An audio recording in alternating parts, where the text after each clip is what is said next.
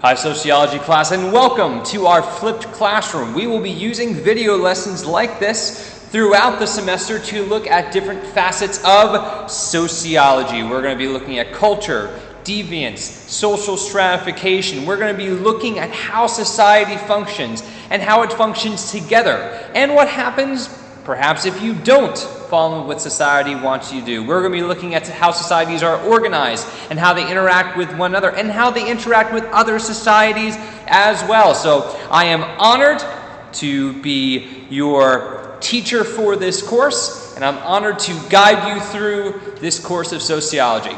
Let's get started when we're talking about an introduction to sociology. What is sociology and why do we study it?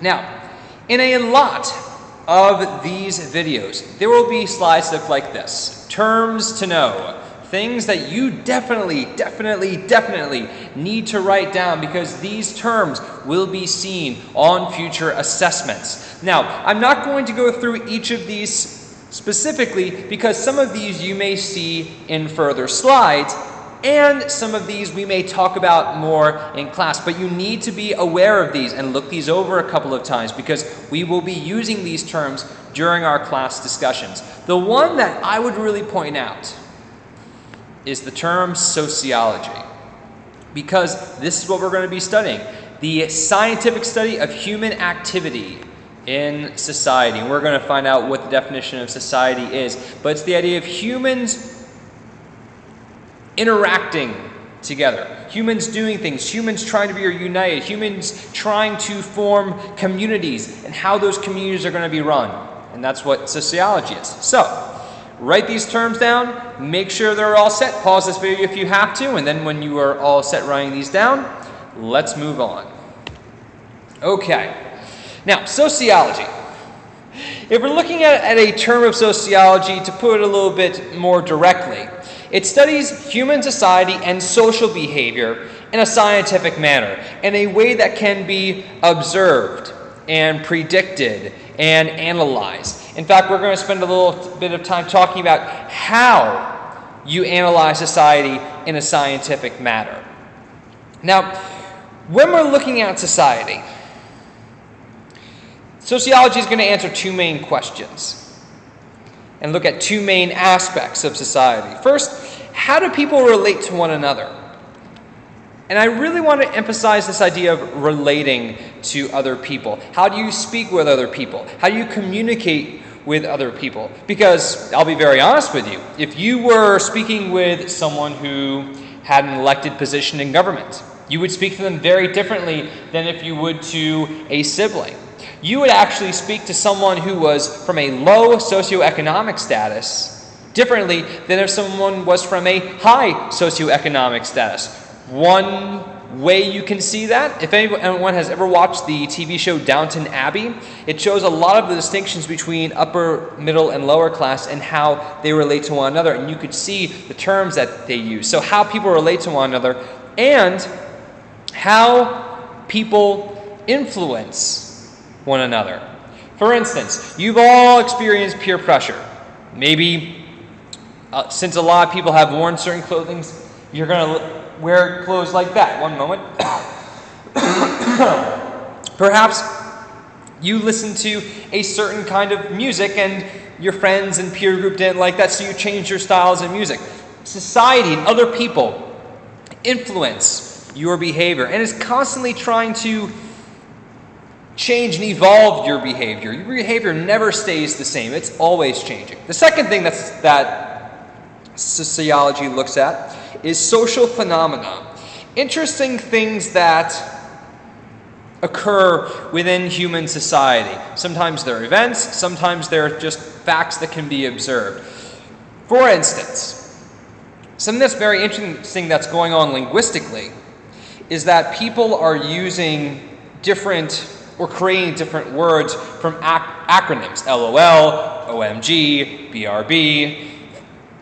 People are using words and creating phrases by grouping words together that didn't make any sense before. This is something that sociology would observe and study. Now, the reason why The Simpsons are here is because I think The Simpsons do an excellent job of relating sociological facts to us. And we're going to be talking about that, maybe watching some Simpsons clips a little bit more in class. Now, here's a poster of the entire cast of The Simpsons. And if you don't know, The Simpsons were a very popular TV show within the 90s and 2000s. It's still on today, although it's lost a little bit of its fame throughout the years. Now, this is probably the most important slide that you will ever see in this course. Write this down word for word, star it, underline it, highlight it, because this is important. This is the definition of what a society is, and we are going to break this down. We are going to constantly be using this definition in our class. A society is a large social grouping. That means a large group of people. Now, here's the key. That shares the same territory and is subject to the same political authority and cultural expectations. If those three things are met, same geographic territory, same political authority, and same cultural expectations, you are considered a society.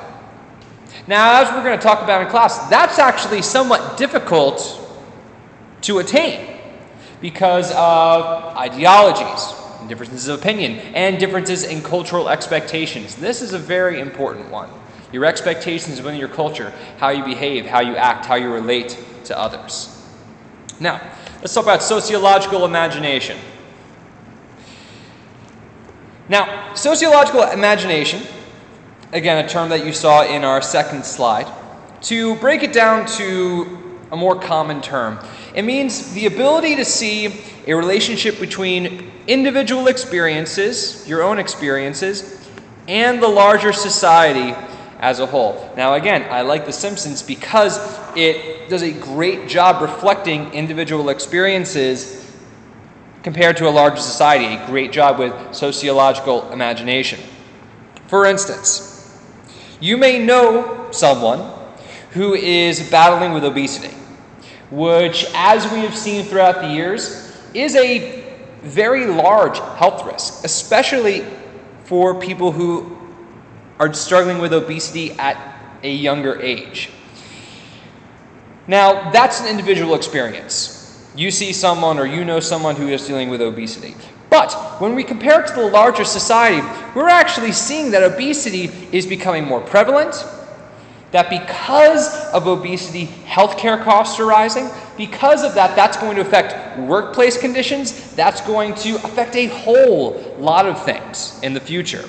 That's sociological imagination, taking an individual experience and seeing how that reflects on the main society, and if it's being perhaps even encouraged by the larger society because of how things are set up. Now, let's talk about why people even study sociology. Why are you in this class? Why is sociology something you can study in college? Why do people write books on sociology? And I think that's a great question. You always have to ask the why question. Well, we're going to be talking about four. The first is sociology allows you to understand how behavior, how people act and relate to one another are influenced by the place that they live, by the people that they're in contact with, by the society that they adhere to. And we're going to be looking at a lot of societies and a lot of different behaviors because of how societies are organized in different places around the world. A second reason why people study sociology is because it allows you to see different perspectives around the world. For instance, I grew up in the northeastern part of the United States. We talked a certain way, we related to each other a certain way, we acted a certain way. But for college, I went to university in Nashville, Tennessee, which is in the southeastern part of the United States. People acted very differently, spoke very differently, used different terminology.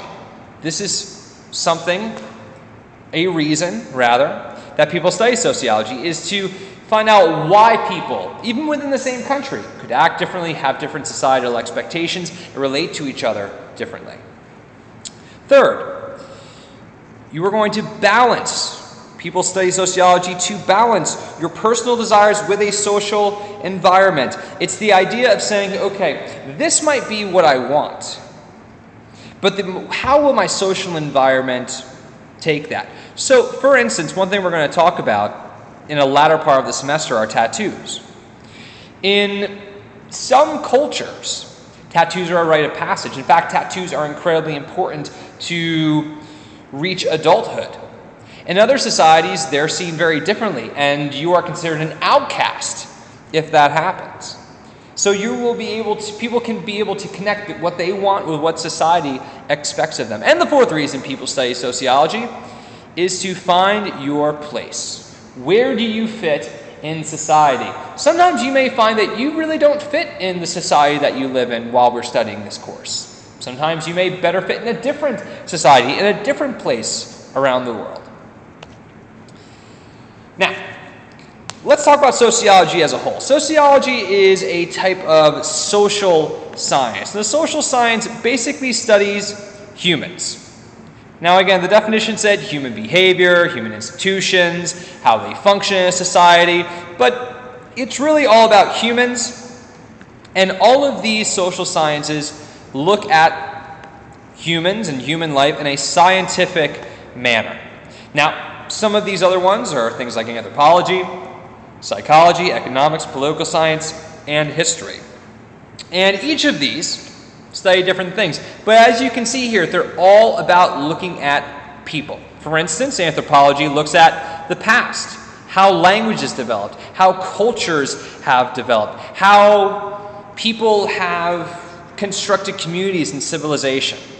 Psychology looks at the individual. It focuses on their individual behavior without looking at it from a larger sense. Economics study people from factors within money and business. Political science studies humans within a political spectrum and how governments are established and maintained. And the one that you have most experience with is history, how humans have acted in the past.